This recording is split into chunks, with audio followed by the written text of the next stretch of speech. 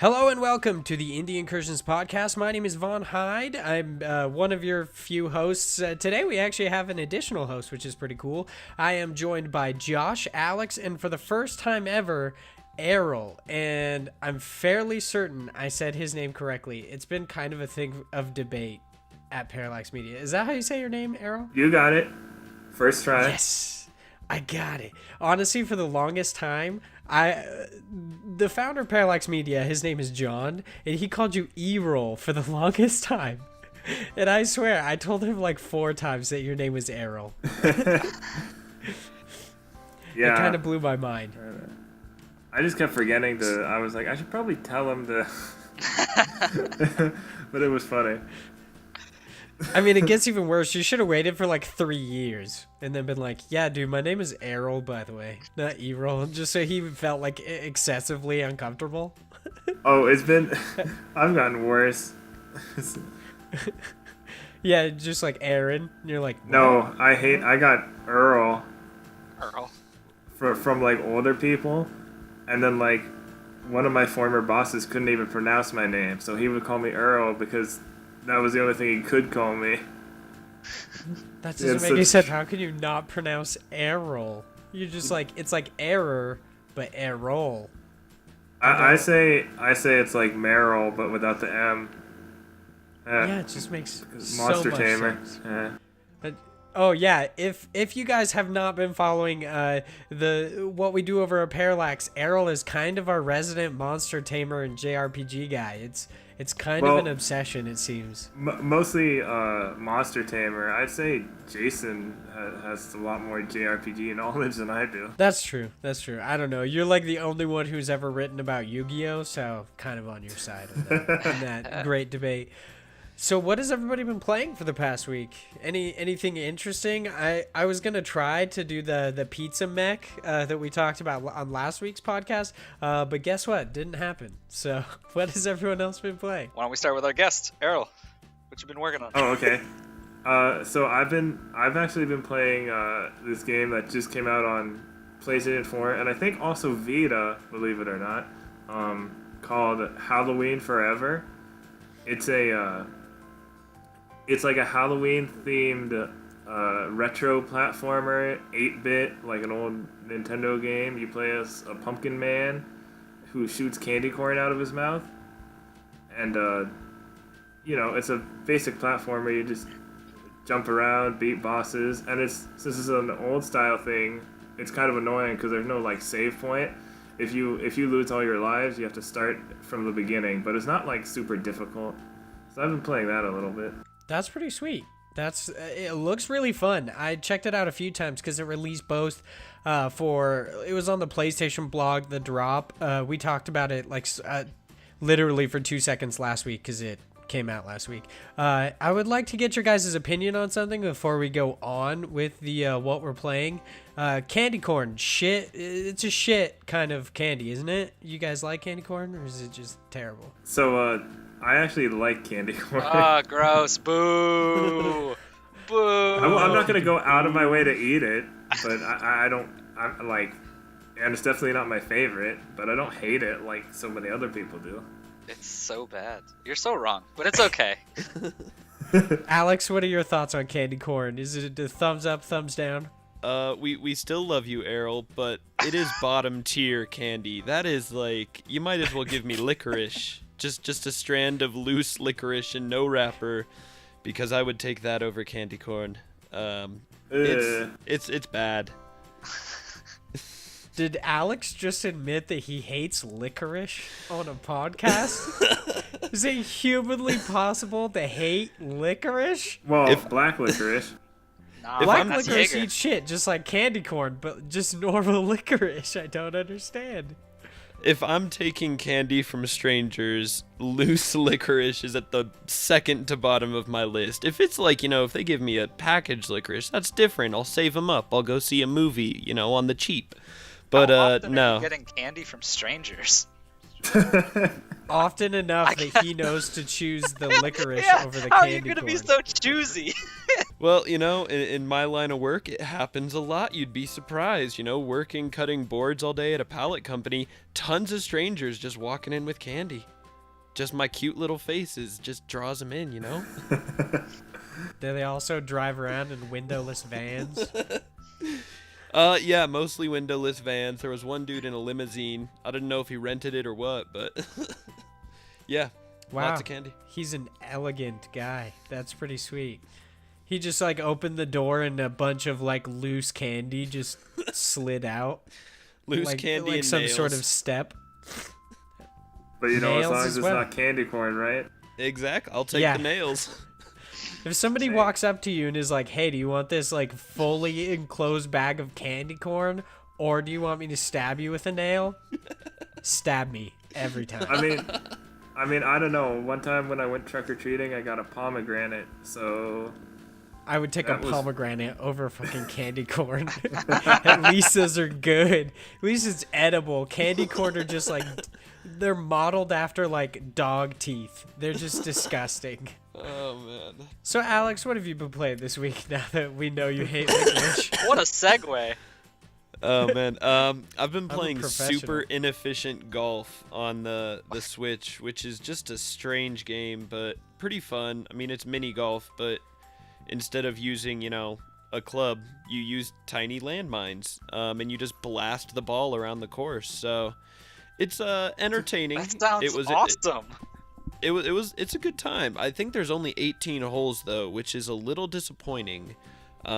If you're gonna do something like that, go crazy. Make 40, 50 holes of just the most batshit stuff you can think of. But it's fun. It's a little frustrating at times because I'm a perfectionist who needs to get a hole in one every time in a physics-based game like that. And that's getting on my nerves. If you have a chance, look up some of the later levels. Like I'm on level 17 right now, and it's I'm not getting a hole in one on this one. It's not gonna happen. Yeah, that's not surprising. You're literally hitting him with landmines. So you would say you're super inefficient at it? Very inefficient. It takes me 30 to 40 tries to get that hole in one. Holy shit. Wow.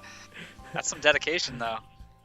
Gotta I have play it. just normal golf games and can't get a hole in one, let alone one that's based with landmines. All What right. have you been playing this week, Josh? Yeah, so I'll start it up. So my main indie game that I've been in right now is Crosscode. And if you don't know or Oh. haven't heard of Crosscode, it is a amazing game. It's super long, so this is not something you can pick up and beat in a few hours. This is a giant RPG adventure. For those who know the .hack series, this plays very similar into this. So you essentially come in as a character who you're inside a virtual world, an MMO RPG, but this is a single player game.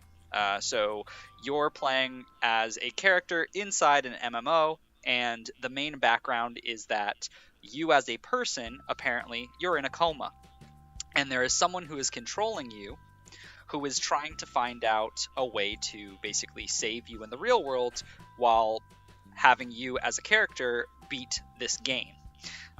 Super fun. It's very interesting because the way the game works as a single player game still gives you kind of that MMO feeling, because as you're going through, you're constantly meeting people and partying up with them who will fight by your side. You have constant NPCs as well as other characters who are just in the background running through the area and fighting things in the background basically. But it works very like an MMO, or like if anyone who's ever played .hack, kind of run through, grind a bit, get your way to a certain area, and then inside there are a number of different dungeons you have to go through. And one of the things that they do well is pairing off that grinding, fighting to getting in these dungeons where it's very Zelda-esque puzzle-based dungeons that you have to get through. I'm having a lot of fun with it. I definitely recommend it as a game that anyone should pick up who's interested in these style of games. And the actual story of it, as I'm getting farther, does dive a lot deeper than I thought it was. I thought it was just going to be, a straight .hack rip, but it does change it up, and it does make it very interesting. It looks really cool. I'm looking at pictures of it, and it looks super interesting. I hadn't heard of it until you said that you were going to pick it up like last week. or it was like 2 weeks ago or so, you were going to pick it up and do some content on it for Parallax. And I was like, what the hell is that game? Yeah. I guess that's kind of the whole point of this podcast is to notice indie games. And I'm just like, what the fuck is that indie game? I don't know. Yeah, it's oh, go ahead. Oh, well, I was just gonna say that there's still you can still download a demo of it, right? Because I played a little bit of that. Yeah, the demo is pretty good as well. It gives you a good understanding of where it's at, because this game has actually been in early access for quite some time. For a long time. Yeah, because I've known about it since it first came out in early access. A buddy of mine was really hyped about it, and he basically bought the game right away, and he was like, "Oh, this is gonna be amazing," and I kind of just sat on it and heard good things from it. But the minute it came out, I started watching a couple of videos on it, and it's the gameplay is definitely right up my alley, and the style of it. And I, once again, not to harp too much on that .hack storyline, but I love the concept of people being trapped inside these virtual reality games as that setting. Yeah, there's a lot of different like anime based on it, which is definitely my favorite. I've been wanting to pick up the .hack games for a while, especially since they put out the collection on PS4, the .hack GU Last Recode. Yeah. It looked really cool. Yeah, everyone on this fucking podcast has this game. I haven't played it yet. I haven't like picked it up or anything. I've seen it on a couple different sales, and I was like, man, I really need to pick it up. But now that you're talking about this Crosscode game, I'll probably end up picking that up instead. Not just because it's more than likely going to be like a big price cut kind of a thing, like a big price difference, but also you got to support the indie games if it's similar in any way. Plus it's got an awesome pixel art style, and I'm just like a huge pixel art hoe, so yeah. And naturally, speaking of the price cut, it's only a $20 purchase, and I've literally sunk in about like 30-40 hours already, and I feel like there's still a lot more to go, so it's definitely worth the price. Damn, yeah, that's pretty sweet. I mean, I probably won't even have to wait for a sale for that. I like how you guys were all like proactive. You're like, I'm gonna be on an indie games podcast, so I'm gonna play some indie games, and I played Dragon's Dogma for the past like week, the Dark Arisen on PS4, just for some random reason. I just wanted to play it. I mean, I've also been playing Soul Calibur 6 a little bit, so since that Are you just making came the out. most like grotesque characters possible? People are making like Kirby, and it's seriously one of the saw most that. disgusting people I've ever seen. I love it. No, I just made myself as a pirate captain when I was done. That's pretty solid. Yeah, at least you're not making creepy Kirby. Or I saw somebody made the Hyperlight Drifter, the Drifter from Hyperlight Drifter. They made him in Soul Calibur. I was like, holy shit, people are so cool. I would never be able to do that, but people are cool. The thing that sucks is that it's not as detailed of a character creator as I wanted it to be. So you can't really do the face. You can't really change the details on. They're all preset. Oh yeah, that's why Kirby looks like a creepy ass man with like So a it's face not on like- his stomach. Oh, It's not like Monster Hunter World or Bloodborne with how you can like tweak the eyes or the nose and like the shape of stuff. Yeah, some of them are pretty crazy. I saw a Magikarp one that they did with Voldo. Oh, yeah. That one, I laughed so saw hard that. when I saw that. I just found the Kirby, and that is the stuff of nightmares right there. That is pure horror. Yeah, just imagine like one day you wake up and you hear just like something off in the distance, like in your closet. You get up and go check it out, and that guy's standing there and just freaking eats you with his stomach mouth. Oh my god. This is some Stephen King shit right here. Like, this will make a great addition to the It series. Just like, yeah, now Pennywise looks like a creepy Kirby creature from Soul Calibur. Oh, Yeah, good super lord. exciting. So for our first news story of today, because I'm so good at segues, if you guys haven't noticed, we are over on Gomatsu. Errol actually added this, and I had never heard of Shakedown Hawaii until you added this to the doc today. And I'm really happy you did. This written by Sal Romano, at least I think that's how you say his name. Shakedown Hawaii launches Q1 2019, and they also included a gameplay overview trailer. Did you guys get a chance to watch this gameplay?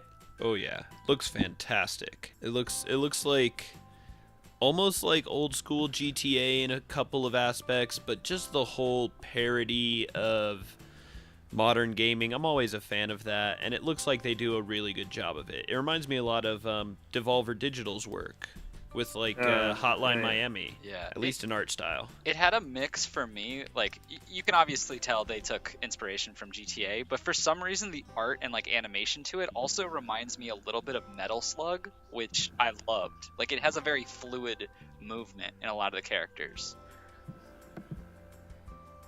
It's a spiritual sequel to Retro City Rampage, I think, and people have been waiting for it for a while. I'm not sure if I'm right on this, but I think it was supposed to come out this year. Well, because it's going to be on 3DS, right? So people have been waiting a while. Yeah. It looks pretty amazing. I mean, I would say that I would wait quite a while for it. I mean, it's no Star Citizen. I'm not going to wait 6 years and still not get the video game. But it looks pretty amazing. I love the whole like theme while going through the trailer that they say like legitimate business in quotations, and they're like passing off crime as kind of just a normal thing you do. I like that it also includes, it seems like a massive world. It includes like a bunch of different customization options for your characters, it seems.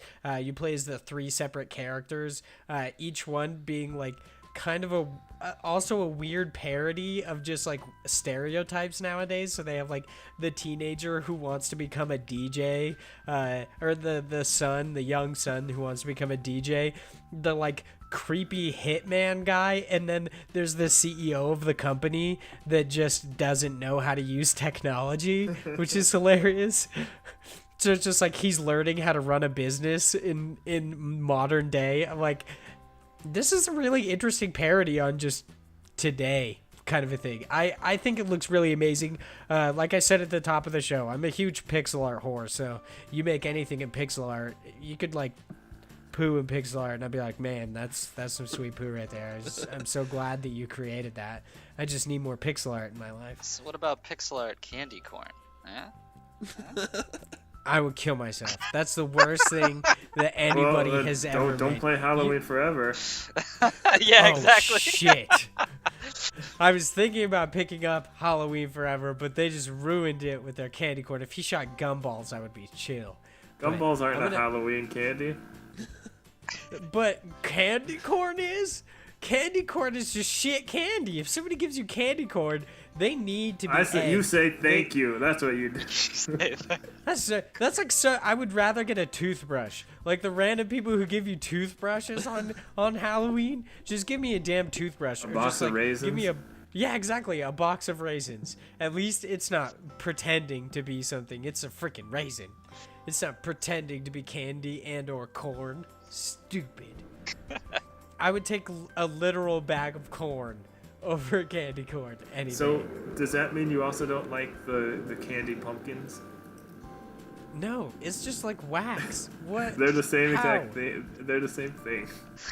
Yeah, their taste is just like, it's like, oh, you want to eat a candle? Yeah, totally. That's exactly what I want to eat today, of all days.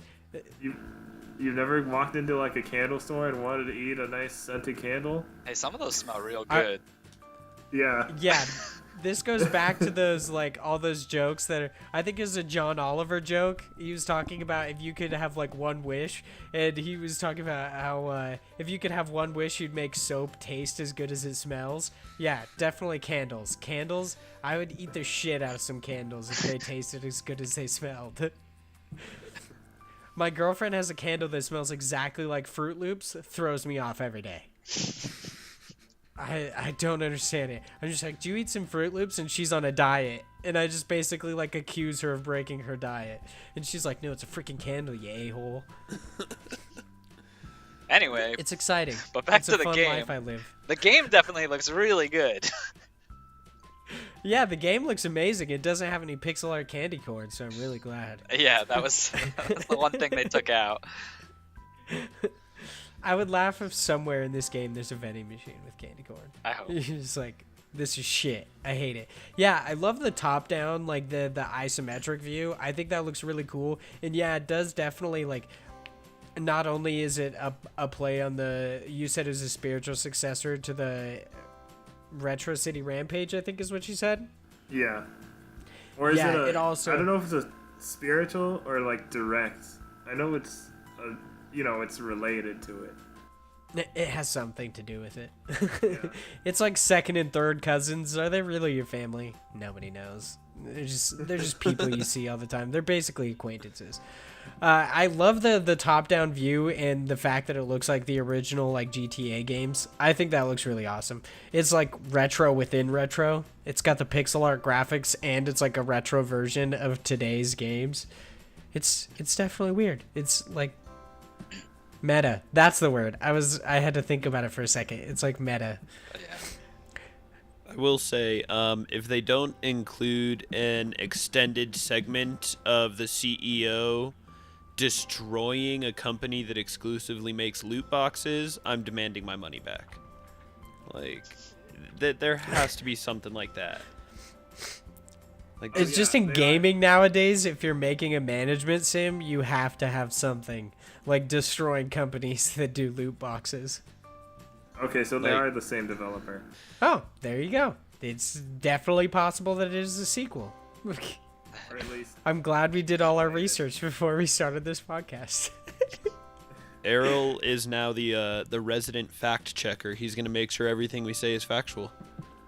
Okay, well first of He's- all, saying candy corn sucks is not You gotta get off the topic. It's gonna be like last week's anime boom. I know, It's it just just gonna come up keeps in coming every up. section. Get so stuck on one topic.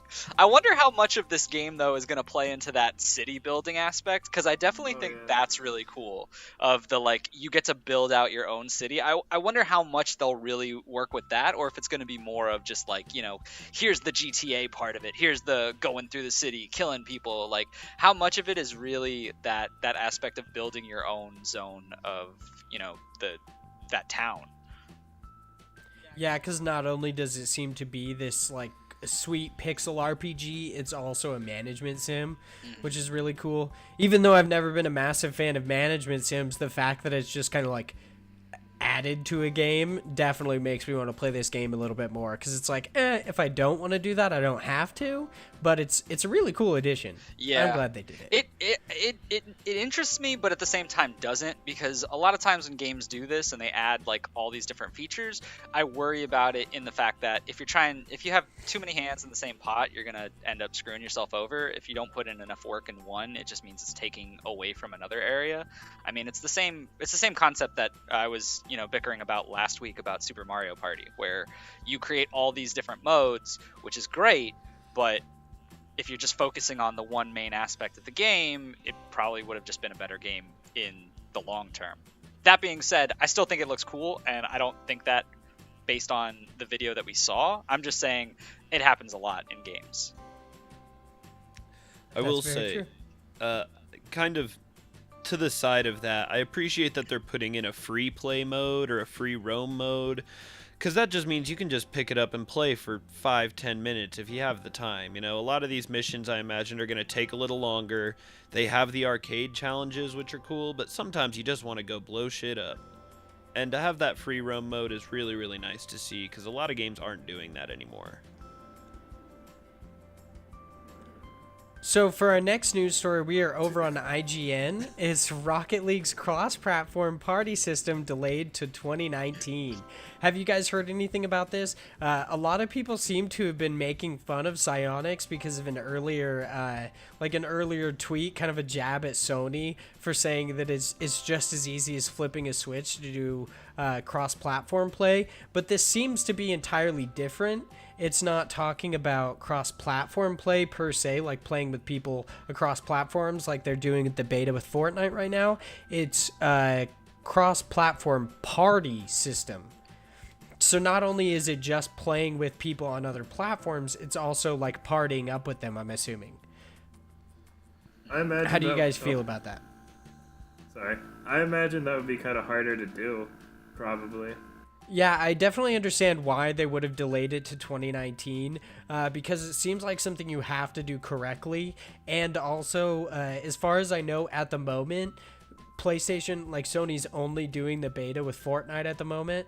So it would kind of, I don't know, it'd be kind of weird for Rocket League to just assume that it's going to happen for them, for Psyonix too. A lot of people are saying that if there's any game that it's going to happen for, it would be Rocket League. But I don't know if I necessarily agree with that. Rocket League is a big game, but I don't know if the second game that comes after Fortnite, which basically took the world by storm, is Rocket League of all things. It's really popular. It's just not like the game I would choose. If it's like, oh yeah, cross-platform totally works, it's not this like the runner-up kind of a thing. What would you say is? I don't necessarily know. I would assume, like most people say, like something AAA. A Rocket League would more than likely be a good choice for it. But I would, if I was them, I'd probably start with smaller games, just to really like. Yeah, they have this beta for Fortnite and they know how it works, but I imagine they're not getting all the bugs out. I would go with smaller games and then just slowly increase it until you're eventually getting AAA versus just doing big game after big game kind of a thing. I don't know. That's just my weird like thought process on it. How do you guys feel about this cross-platform party system? That's such a weird thing to say. Well, I don't think that they would go for a smaller game. I mean, Fortnite is arguably one of the biggest games right now, and for that reason I feel like if you're already going to be testing that, why move on to smaller? You're obviously going to want to move towards whatever has the most hype to get more people purchasing things on PlayStation, to get more people involved in that online environment. I think the next would probably be something like the new Call of Duty game or something to that nature, another very similar style of just, you know, obvious online multiplayer game that would contain that. But I also think at the same time, I don't know if this was even really necessary to announce on their side because of that. Like, I get that it's being pushed back for PlayStation's sake, but like you mentioned before, PlayStation really hasn't said any comment on who will be getting into that, or I don't even know if there's even a end period to this beta. In the same note, I do think something like Black Ops 4 would be a reasonable choice for them. I could see them announcing something like that, you know, late November, early December to try and boost sales on all consoles, or even after Christmas. But in the Rocket League article, if I remember right, part of what they're doing with the party creation is integrating the Rocket ID system. So you wouldn't actually add friends by your PlayStation account or party up through that. It's like the Epic ID system, and I imagine that there's a few more bugs to work out there than in just, you know, the actual cross-platform logistics. But I could see Rocket League being early next year or mid next year. But I mean, Call of Duty is such an obvious choice in my mind because it is so big, because it's going to be in so many gamers' minds right now, and I imagine a lot of the target audience is going to be younger people who have a lot of friends at school and a lot of friends, you know, that they're playing on different consoles. It kind of makes sense for that to happen, in my mind, before the end of the year, to hit the Christmas rush hard. The one thing I could say I didn't enjoy about them announcing that they were going to do this cross-platform beta is the reliance on Fortnite being such a large game. So it was like they have to do it because this is what people want to play, and Fortnite is just so big that you can't not do it. And I would hate for that to become an argument for like everything. So let's say Rocket League does come into question about whether or not it becomes a cross-platform game. I wouldn't see it out of the question, people arguing that it shouldn't because it's not as big as Fortnite, which obviously I wasn't arguing that Rocket League shouldn't be one, but I'm just afraid that games won't be included in this cross-platform discussion because they're just not as big as Fortnite. They're not the biggest game on earth at the moment. Yeah, it's kind of true. I mean, the problem is I know nothing about how much work goes into changing something up so that it is cross-platform. I assume it's a lot of work because there seems to be a lot of debate on people doing this or not.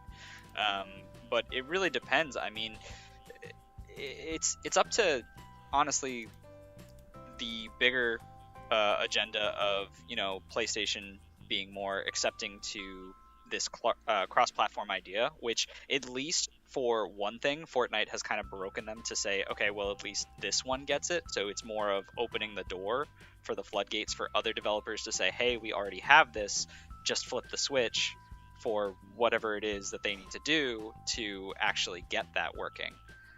So I think it's a good step in the right direction to start it. But yeah, I agree that depending on how PlayStation plays this off, it could go in the opposite area where they're only going to do it for larger games. I think it really depends, because I don't know how much work it is on PlayStation side versus how much work it is on the developer side.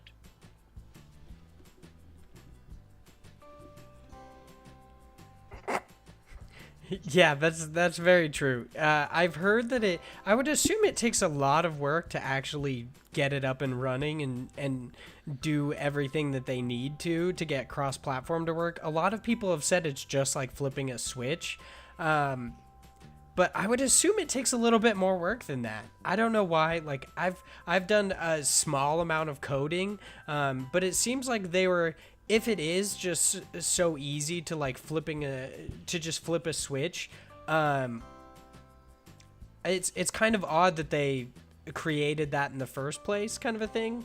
Like, I understand future proofing, but that's like an odd thing to bring up, especially with Sony basically going on the record for the past like 3 years being like, nah, they can eat shit. We're not gonna do cross-platform, like it's unnecessary. Yeah, I can't imagine it being as easy as flipping a switch because, and for one thing, as a person who's generally worked with a lot of developers, but also just in general, when someone is experienced in their trade, they'll generally call things off or underestimate things in most situations. And I feel like that's a big part of what's happening, is because the majority of people don't really know the kind of work that happens, the kind of development that occurs. With video games, it's really a kind of a mysterious area for a lot of people. No one really knows what's going on until a video game just appears for them. And for that reason, I feel like a lot of people who are actually in the industry just might be overgeneralizing things or underestimating work, and it kind of just derails into people hearing it and saying, oh, it's just as easy as flipping a switch. That's easy. I have switches at my house. I can flip on the lights at any time. But it's not the same kind of concept, and it's not the same way that they talk about flipping a switch, so to speak. Yeah, that makes sense. Along with that, Epic Games did a lot of the legwork. They already had cross-platform on other systems, on other platforms.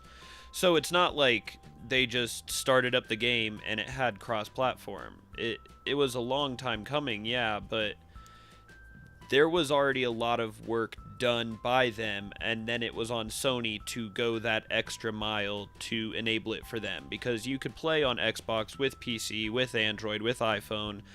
That didn't start that way. Fortnite in its first iterations, in its first seasons, didn't have any kind of cross-platform play. So to assume that it's as simple as flipping a switch is definitely, there's some naivety there. And I really think that you're right. It takes a lot more work. I do think that Rocket League, the developers, are putting in a lot of that work, and I hope that they're rewarded for it, and that it doesn't just result in Sony pulling the same kind of argument of, well, PlayStation is the best way to play, so we aren't going to do it for them. Yeah. But it's not as easy as flipping a switch. You're right in that for sure.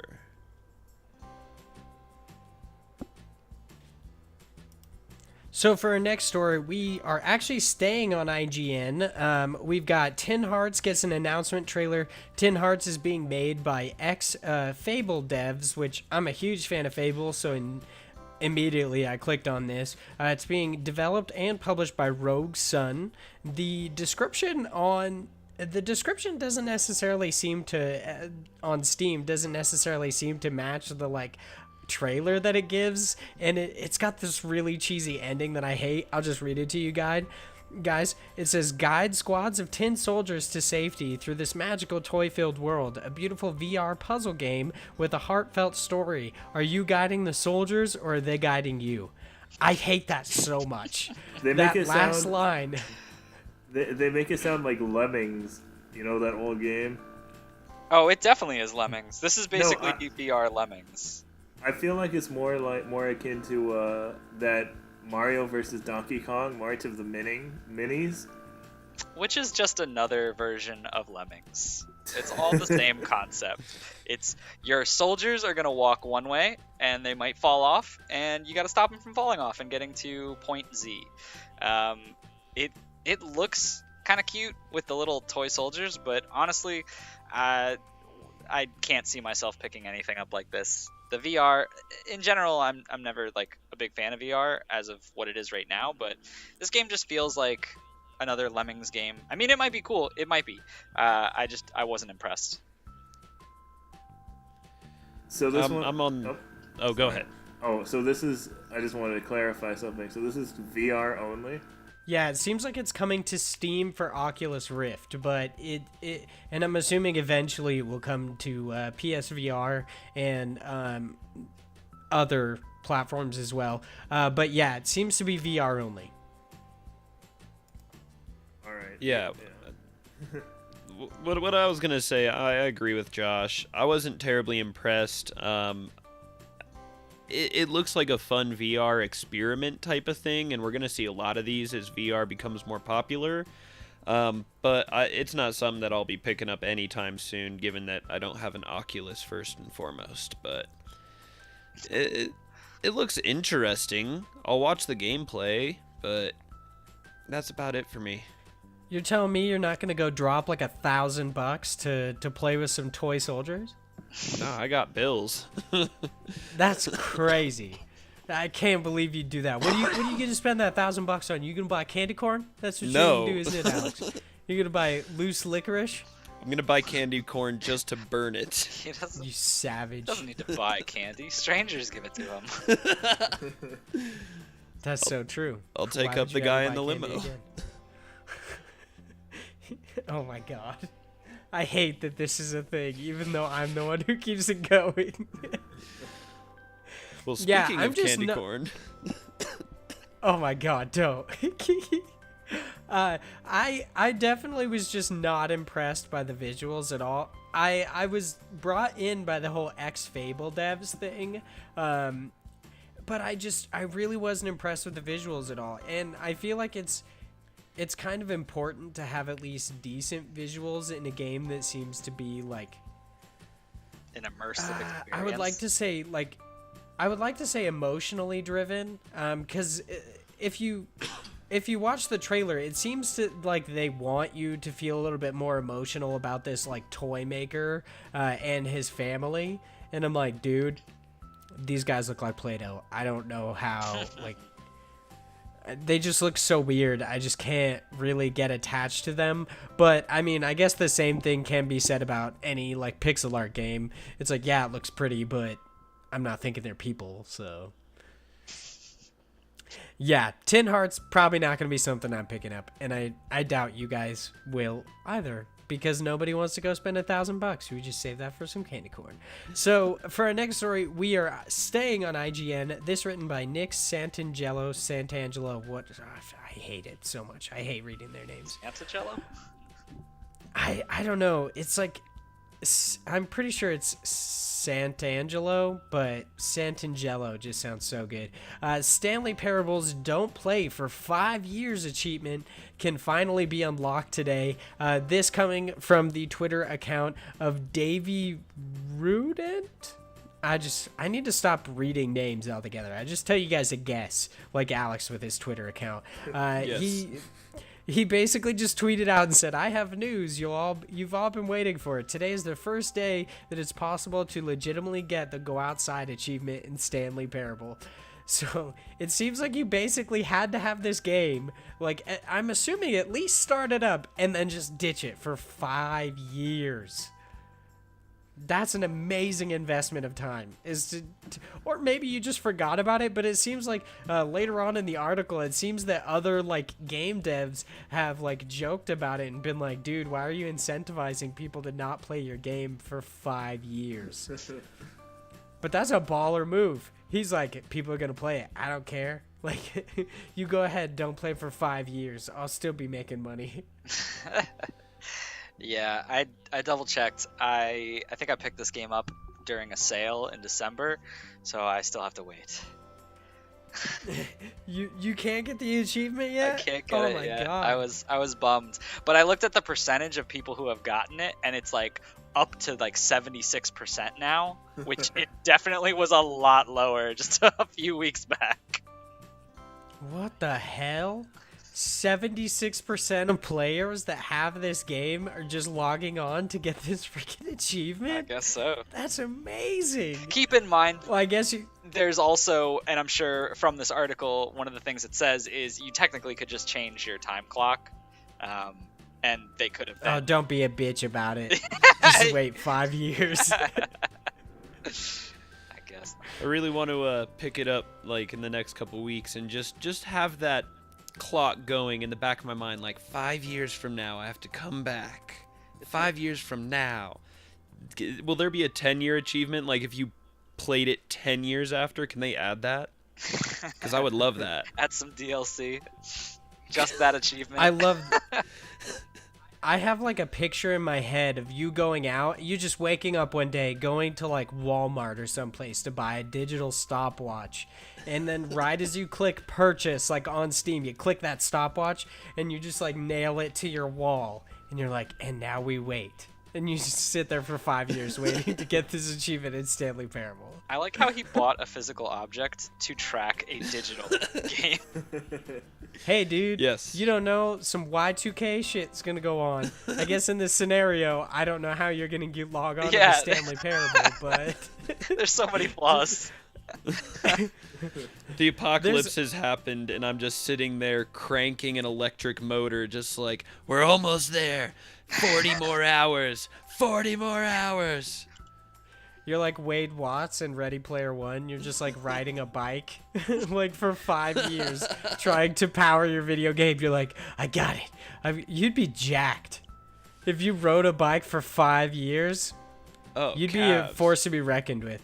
Oh. See, because then you'd get the achievement. You'd go outside to the wasteland. You'd be like any standard isekai anime. You'd just be destroying people in one punch. You wouldn't even have to worry about it.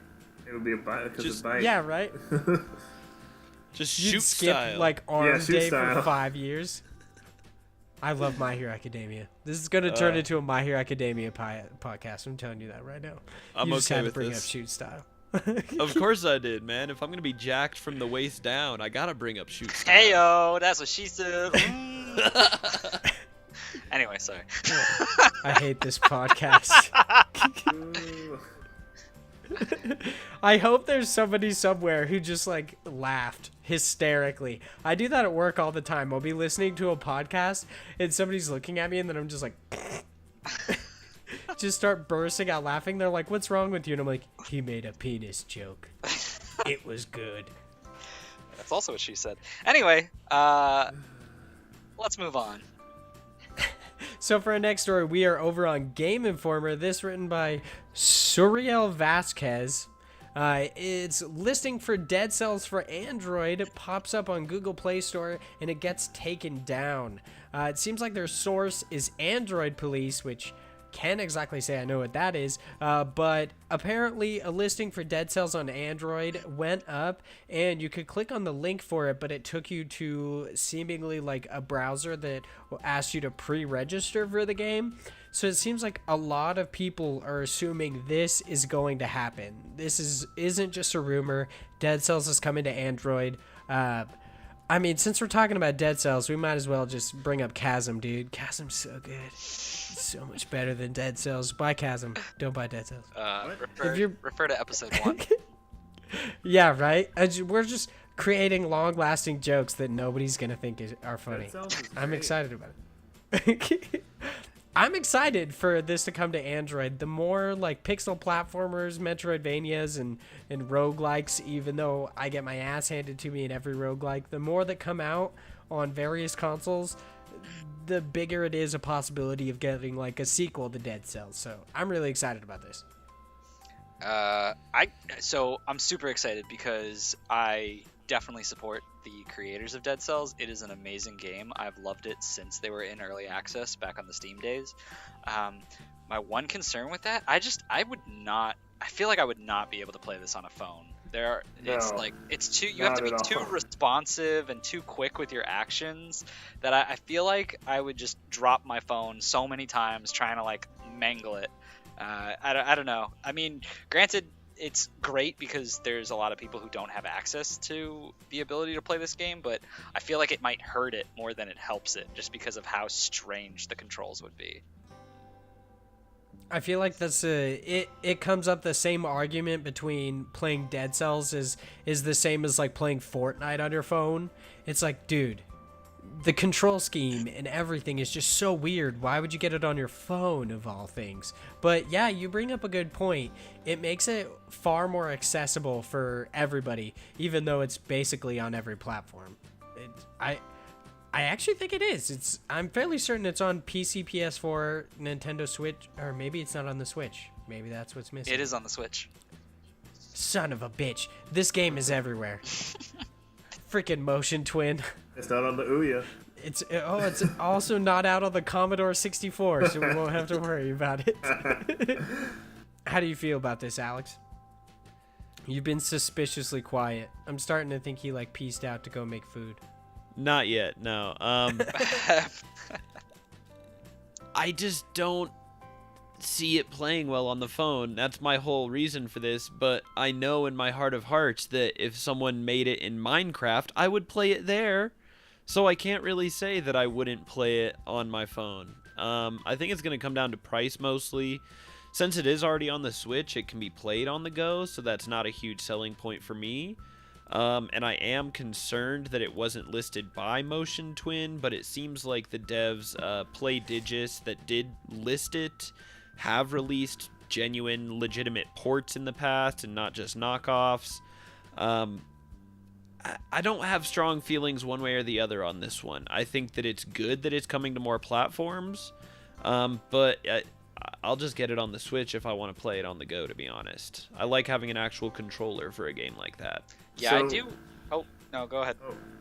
So a thing about the controller thing is I know that there are a couple companies who do like those like what do you call them? Those like grips and stuff you can put on your phone, so you have an actual like controller on your phone. But I don't know how many people are actually buying those, but I'm sure there are some people that use them for whatever reason. I wonder how much. I don't know how much those are. I've never really heard of those, but I can't imagine. I feel like it's just defeating the point. And I feel like I would rather just have picked up, an actual gaming device if I was that invested into it. But then again, I might not be that person who apparently it appeals to. But I do wonder what the price point will be. I believe we just saw, we talked about Stardew Valley coming out, and I believe their price point for the iOS version was cheaper than the actual game on other platforms. So I wonder if they'll put this for a cheaper price, because Dead Cells is $25, which might be a little high for some. So I wonder if they'll change that with the actual Android device one. I mean, you did bring up something where you said you probably aren't in like their demographic for this. Considering this game is on every platform, who the hell is their demographic? Like stay-at-home moms playing Candy Crush? Like, I don't know who would possibly be picking up this game on their Android phone instead of literally any other console, with the exception of people who don't own a current gen console, which, if you're a gamer at the moment and you don't own a single current gen console, I feel like that's few and far between. Or if you are, you're probably not the guy who's going to pick up Dead Cells anyway. So, I don't know. Yeah, that's kind of weird. I don't know how I feel about this. I hope it comes to Android, but I guess we'll see what happens. For our next news story, we are going over to Twinfinite, and this one by Grayson Morales. Such an easy name to pronounce. Thank you for being born. This is Night in the Woods. Night in the Woods Super Chill official soundtrack is going vinyl, and it's glorious. I mean, that was a pretty... I don't know if I would have made that statement. That's just crazy. It looks like it is being put out by Ghost Ramp on their website, who apparently sell different like apparel, vinyls, and video game related memorabilia. It's going to have 35 tracks that it seems like it's now available for pre-order, and it's going to be $45. Ghost Ramp plans on shipping this item out sometime in the last half of Q1 2019, which falls around March. The reason I put this in here is mostly just to kind of shout out the fact that we actually, as Parallax Media, just did a giveaway for Night in the Woods. I have played a small amount of Night in the Woods. I really need to get back to it, but I feel like I'm really excited that they're putting this out on vinyl, especially with the resurgence of vinyl, which is just such a weird thing recently. Like, everybody's just going further back in time to find new things because nobody wants to go forward. I don't get it. I love vinyl. But no, when I first saw this article on our scheduled agenda, I was like, man, Vaughn really likes Night in the Woods, because I thought that its glorious part was your own take on it. Yeah. I was like, wow. Yeah. I was like, all right. And then I read the article. I was like, oh, okay. I was like, that was just a direct steal. but I deal in facts. I don't deal in opinions and emotions. I'm like a robot. Unless it's candy corn. Yeah. Fuck candy corn. Only passion. It's the last time I'm gonna say it. That and pickaxe animations and Oh yeah. piece of shit. Yeah, I don't know much about Night in the Woods. I've always wanted to pick it up. It's been one of those, backlog list kind of items. But in order to do some, background work on this, I ended up just pulling up the OST and just listening to it on YouTube. It was actually pretty chill. It was nice to just have in the background. I did that for a while. But other than that, I mean, as far as a vinyl, this is a pretty big investment as far as $45, but 35 tracks is a lot to have, and it's a pretty lengthy soundtrack. Yeah. So I played Night in the Woods like super early this year. Whenever it came to Switch, I think it was like January, maybe February. And so and I was like really feeling really down at the time, and it really helped me and apparently the story comes up a lot with other players. It really helped me understand my feelings at the time. And then later, when I went to a GDC in March, I actually met the co-creator and talked to him about it. And he was like, yeah, that wasn't really our intention at all, but we ended up making people feel better about how they felt about stuff. So that's good. That's awesome. That's such an odd thing with video games, is that it seems like it's like one of the few medias that can just evoke such an emotion that they didn't intend to. They're like, yeah, I just wanted to make a fun game, and everybody read so deeply into it, and I think that's amazing. That's probably why I love video games so much, is because they can affect people on that level. That's amazing. I honestly wasn't expecting that. And then I just started talking to him about Into the Breach and nerding out about that, because it was right next to where we were. So yeah, I mean it's very, very cool how games can kind of do that, and they do that without necessarily needing an education. I mean, if you want to go look at a museum of paintings, you kind of need a primer. You need to know what you're looking for and kind of have an understanding of paintings first. But with video games, anybody can pick up a video game, follow the story, and apply it and relate to it in their own life in their own ways, which is just fantastic. But I haven't played Night in the Woods yet. I think it's one that I have to at this point. I get paid in a couple days, so I might end up picking it up on the Switch. I've just heard such unanimous praise for it, and I'd really love to experience it too. But I regret to say I do have to go now. I have to go cook up some grub. I don't know why that was so funny to me. I'm Nerd. sorry. It's because I wasn't mentioning. Yeah, It's because Go ahead. it's because I didn't mention Candy Corn, Laser League, anime boobs, or pickaxe animations. It was just so out of the blue. I know. I knew where you all thought I was going with it. He just got all of them in one. I mean, this is just, these running jokes are going to be fantastic. Well, see you, Alex. Have a fantastic time picking up some grub. Thank you. Sustenance is more important than a sweet podcast of indie games. I have to agree. It is more important right now. I haven't eaten since like noon, so I'm pretty damn hungry. Wrong answer. Kick him. At least I'm not eating candy corn, okay? Dude, right? If he said he was going to go buy some candy corn, I was going to lose my shit.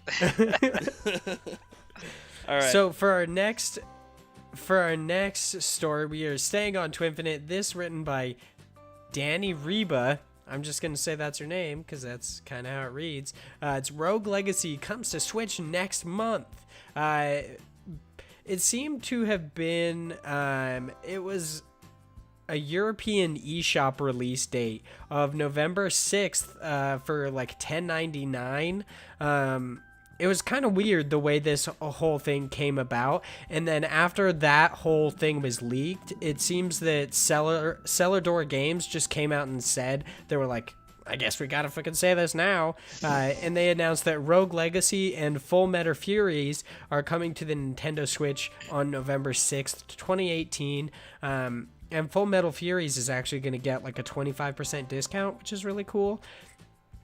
Rogue Legacy has to be one of my... It's pixel art, so, you know, I'm just like dying over here. And two, it's one of the only roguelike games where I really felt like I was still earning something, because most roguelikes, you die, you learn from it, and then you just keep going, like, and headbutting a wall over and over again. But what Rogue Legacy did, which I really, really enjoyed, is having a lineage system where every time you die, you become one of your descendants, and all of the money you had on you, you spend on rewards for, like, your keep that end up, like, basically powering you up. So eventually, after, like, just hitting my head against this wall for hours on end, I eventually power myself up enough to where I can at least get to that second world, because I'm that bad at video games. Honestly, I was so surprised when I saw this article, because how has this not happened earlier? Rogue Legacy is such a staple to indie games in my mind, and it's such a staple to the roguelite genre, which is, there's a million of them on Switch. I was so surprised it hadn't come out already. I'm definitely super excited because I spent a ton of time in Rogue Legacy, and I might just have to pick it back up just to, experience that again, especially on the Switch, which is a perfect device, I feel like, for this style of game, of just kind of mindlessly running through these dungeons and quickly just, popping in, playing a character, dying a couple of times, and then saying, all right, that's enough of that. It definitely feels like this would work with the Switch, and I'm definitely excited for it. One of my favorite things about Rogue Legacy is the fact that, like, not only do you get cool new powers with each new descendant, you get weird-ass issues like dyslexia. Yeah. So you either, like, read everything backwards, or, like, like Vertigo, when the whole world is upside down, and you're like, what the fuck? And it also included, like, sexual preferences, which was kind of weird. I honestly didn't understand that. I think it just affects how you, like, speak to NPCs. But I'm really excited about this. I already own Rogue Legacy on 2 different platforms, and I'll more than likely pick it up on the Switch just so that I can play it while I'm dropping a deuce or something. I don't know. Just anything away from a TV, computer, or something else. So for our next story, we are going to Gomatsu. This written by Sal Romano. Whatever. Moonlight for Switch launches November 5th. Yeah, I'm pretty excited about this. 11-Bit Studios and developer Digital Sun announced that the action RPG previously launched for PS4, Xbox One, and PC on May 29th is now coming to the Nintendo Switch on November 5th. I have played it on my PS4 and thoroughly enjoyed it. The pixel art style is just fantastic. Once again, I'm just terrible at video games, so I generally, like, in roguelike games or roguelite games, whichever one you'd like to say, I generally don't get that far. But I have to say, like, Moonlighter was excessively fun because not only is it about, like, crawling through dungeons and getting new materials, you also have to run your shop, which I thought was so much fun because I had, like, 2 people try to steal from me, and I was like, dude, this is the tiniest shop ever. How do you think you're gonna steal from me? I've got, like, 5 platforms to sell things. I don't understand. And it's like, you're the only person in here. If it goes missing, it's you. So, yeah, I've also played Moonlighter a bit. Probably one of my favorite indie games of this year. I actually recently interviewed the founder of Digital Sun Games, not for Parallax, for another site I write for. But it was interesting to see, like, what their influences were. Like, I couldn't put my finger on it for the longest time. I knew it's obviously heavily inspired by Zelda, right? And I was like, no, there's a specific Zelda game, and I can't think of it. So I asked him, like, what influenced the art style? And he's like, oh yeah, Zelda Minish Cap. And I was like, that's the one.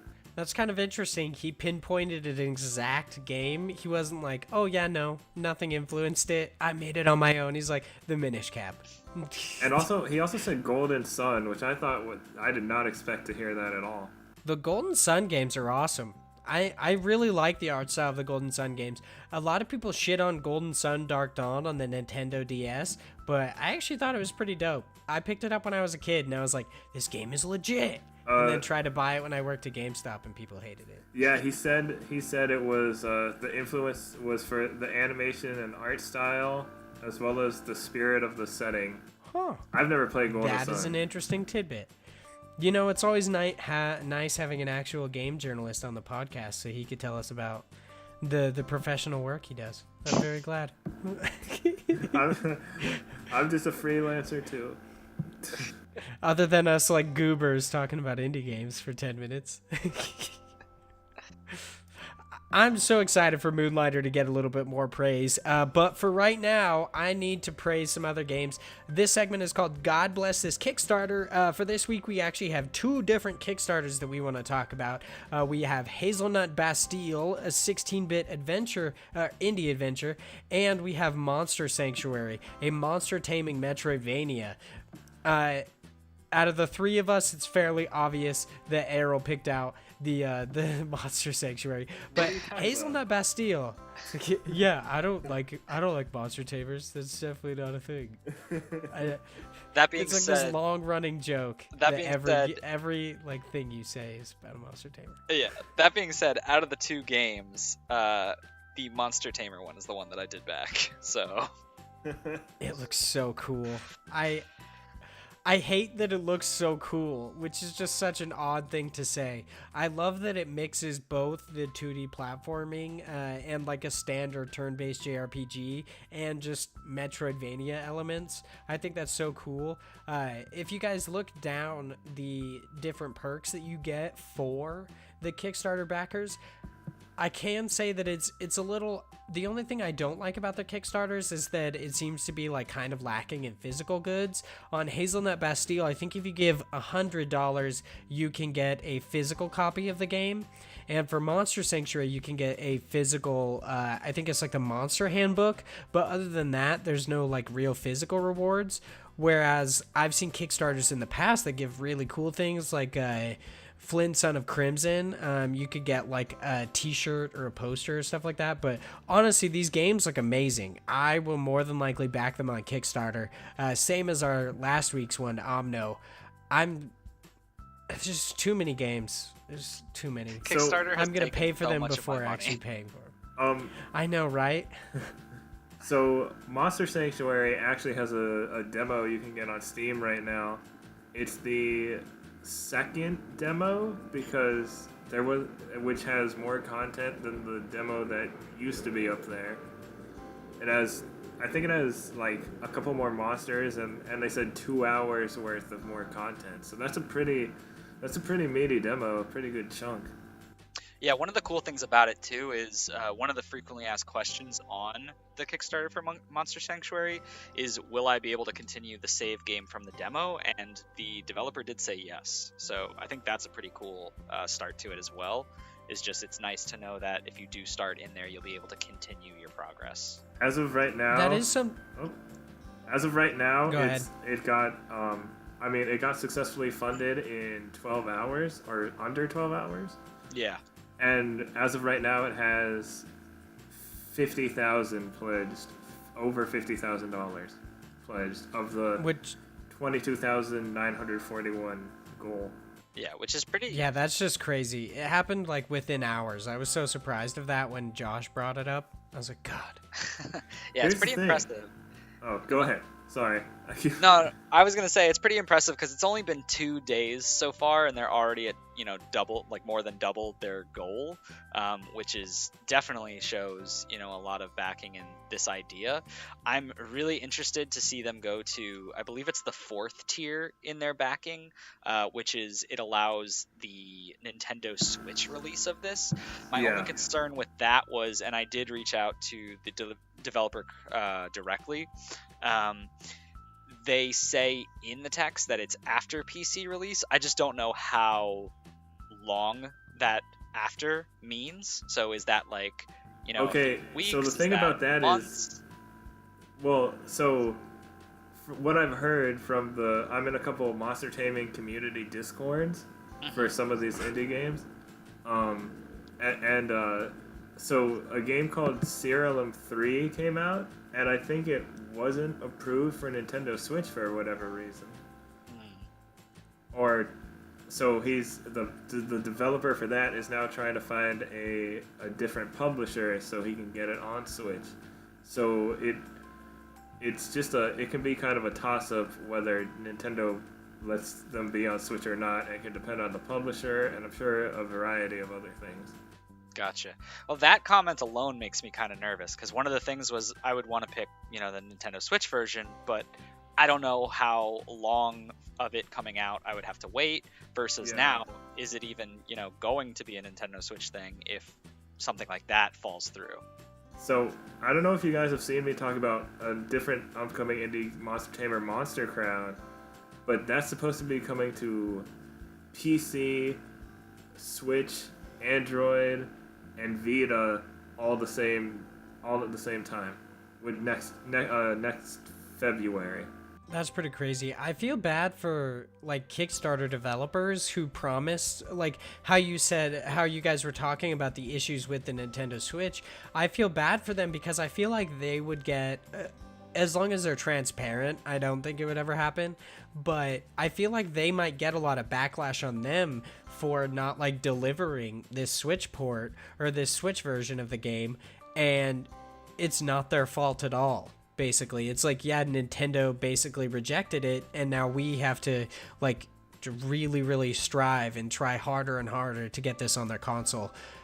That definitely sucks. I didn't know that would actually happen. Like, I didn't know that was a scenario that could happen to people who like promise these things on Kickstarter.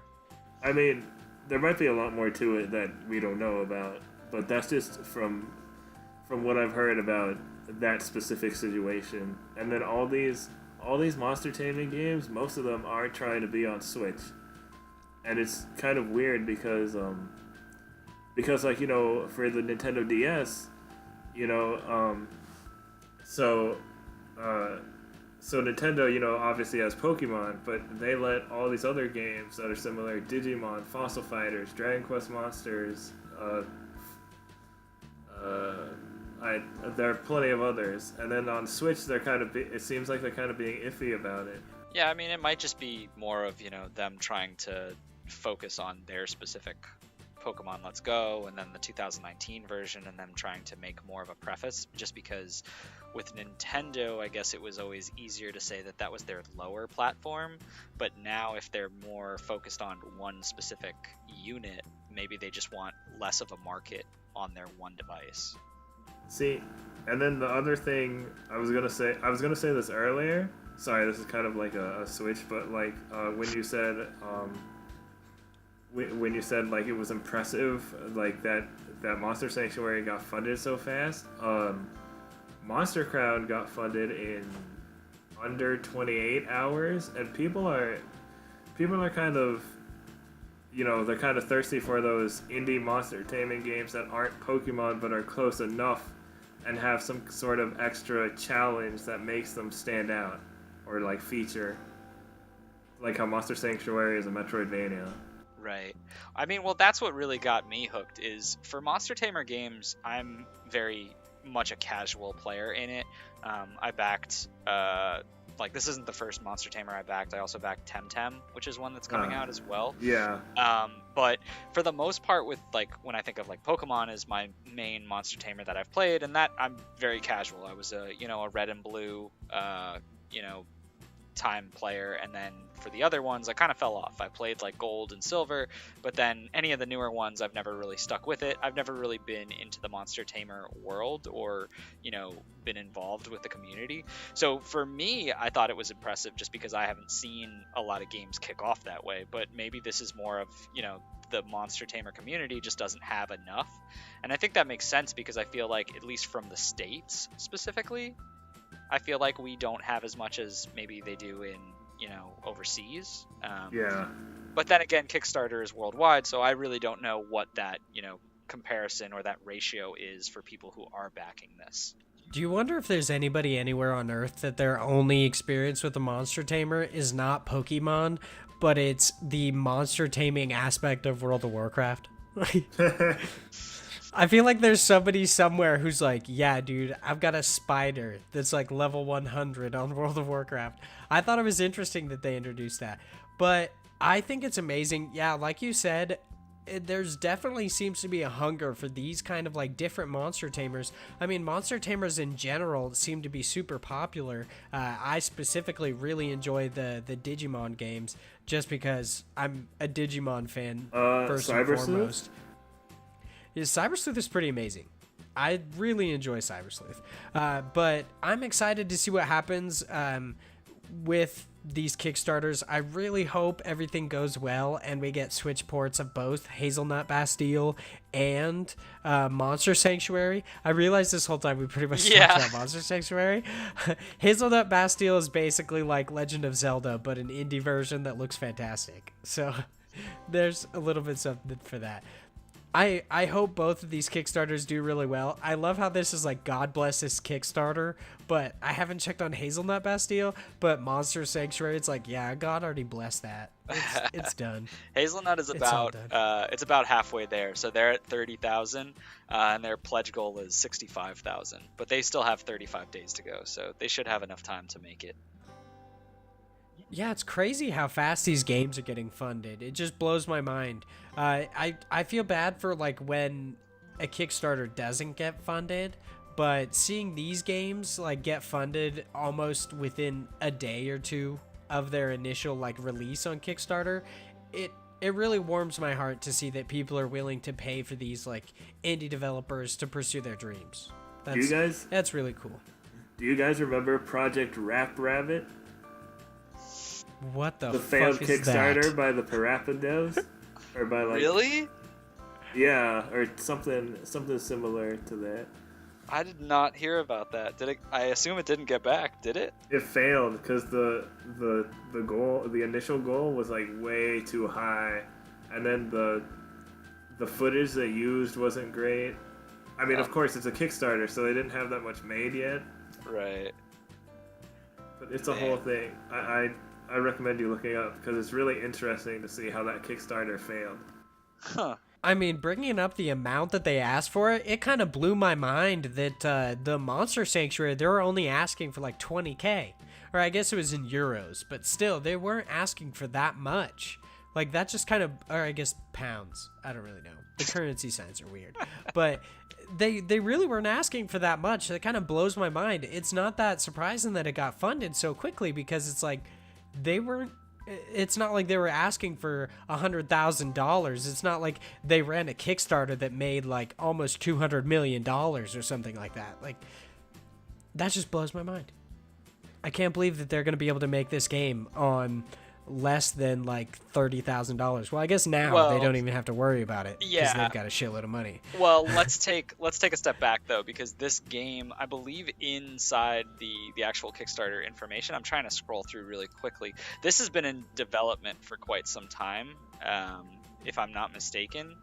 So, and you could tell from the demos that a lot of work has already been put into this. So I don't think that pledge goal is anywhere near what has already been sunk into it, but it's to get them to the next step.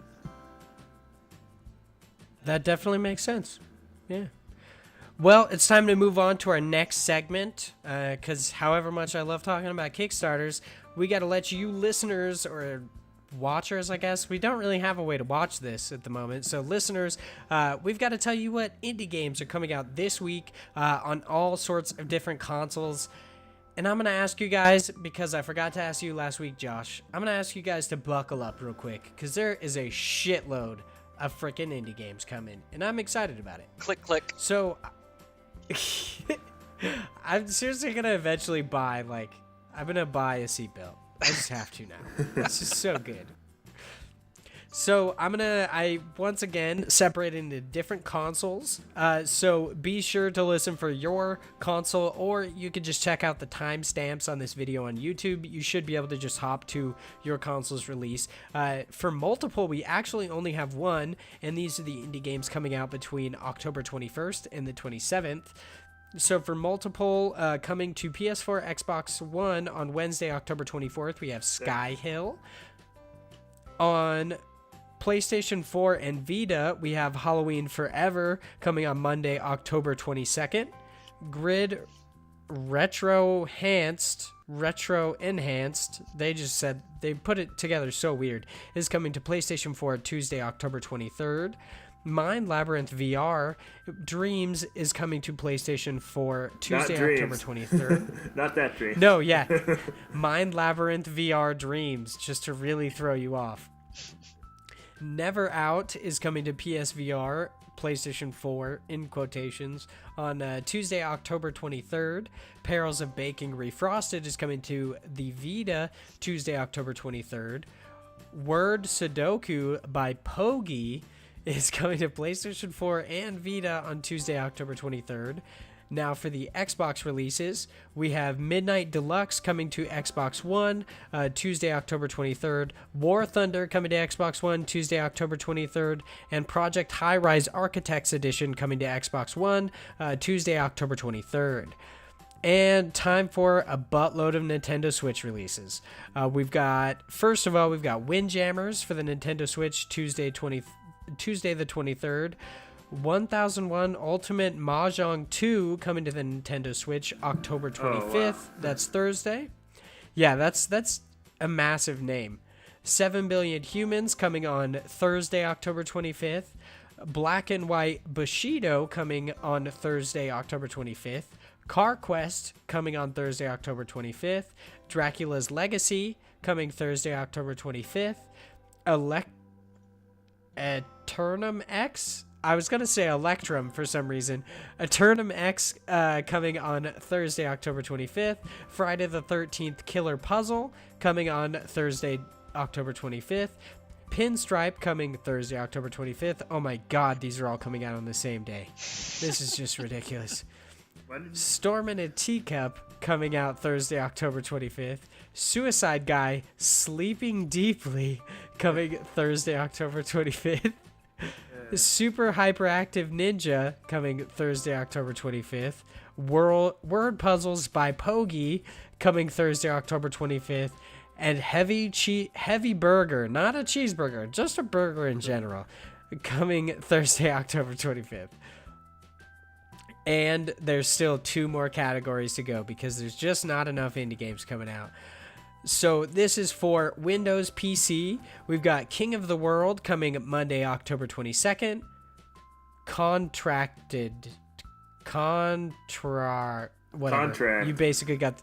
Yeah, Contract. It's just the weirdest name. I don't understand why they had to spell it that way. It's Kontrakt.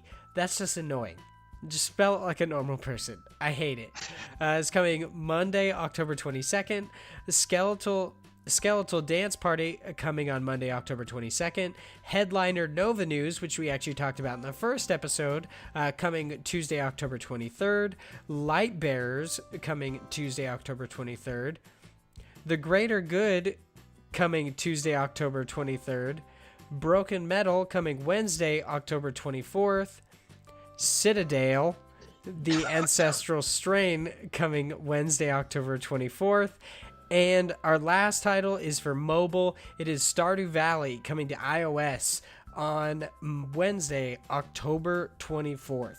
So, as a little game we like to play, or at least we did last week, we chose one game that we would either recommend playing or that we were possibly going to pick up ourselves. What games on this list are you guys checking out you think you might actually pick up this week? Other than Suicide Guy Sleeping Deeply, because that's an obvious one that everyone's going to buy.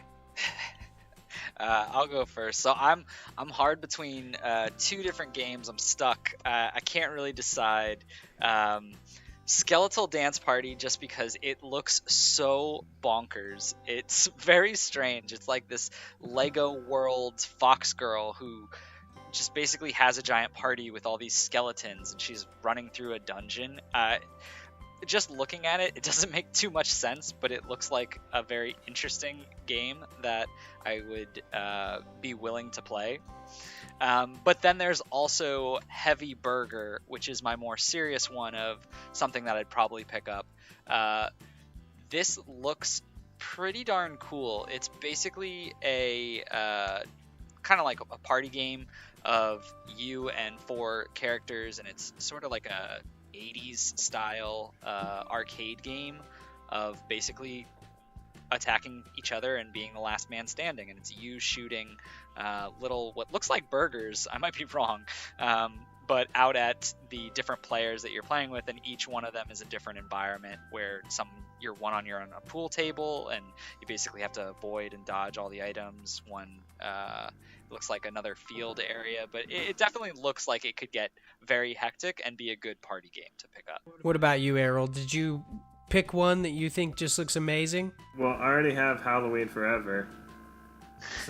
That's solid. I mean, it's got candy corn, so obviously it's your favorite game ever. To be fair, Pumpkin Man, which is his official name, he shoots candy corn. So that is his weapon. So I think that kind of works. So it's so shitty that it can kill stuff. I see the thought process behind Halloween Forever. I might pick it up now. Now that there's like I just wanted to a clarify, deep hatred of candy corn. It doesn't give you health. Health is just represented by hearts, like a generic type of thing. Candy corn is just a projectile. That's good. I'm glad that it's actually makes more sense. It's represented appropriately. It kills people. That's what candy corn does. But besides that, Heavy Burger, it does look pretty interesting. It's I'm looking here on Steam. It's actually arcade games it's based on a classic 1980s Data East arcade machines. So that's pretty interesting. Yeah, because it definitely looks, because one of them looks like the map is basically like Pac-Man's world, and one is literally a Burger Time. Yeah. And Burger is in the same exact font. It looks like a good time. I love that was your more serious one. You're just like, oh yeah, there's Skeletal Dance Party, but if I'm being serious, dude, I'm gonna buy Heavy Burger. Go look at Skeletal Dance Party and then tell me it's not the more serious one. Okay, yeah, Heavy Burger is definitely more serious. I just love that, like, based on the names, you saying that Heavy Burger is the more serious between, I guess, now that I think about it, a Skeletal Dance Party. Come on now. Less serious. This isn't like Weekend at Bernie's or some shit.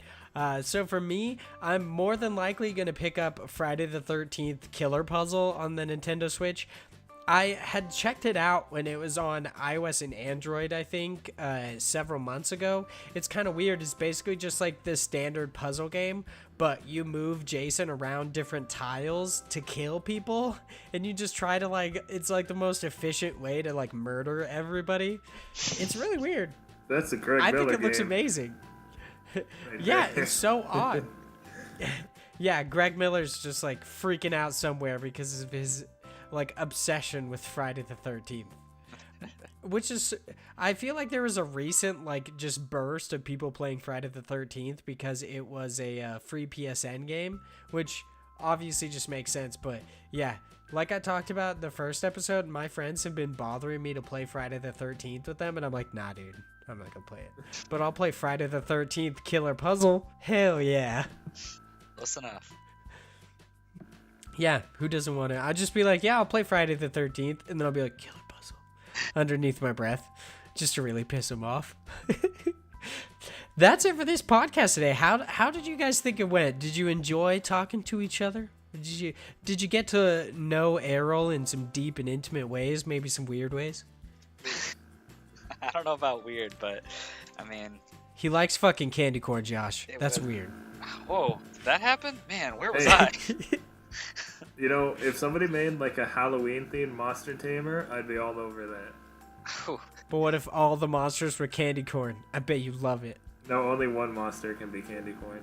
What? They're not just all subtle variations on candy corn? No, because that candy corn that has the chocolate in it, I forgot what it's called, like Autumn Mix or something. It's terrible.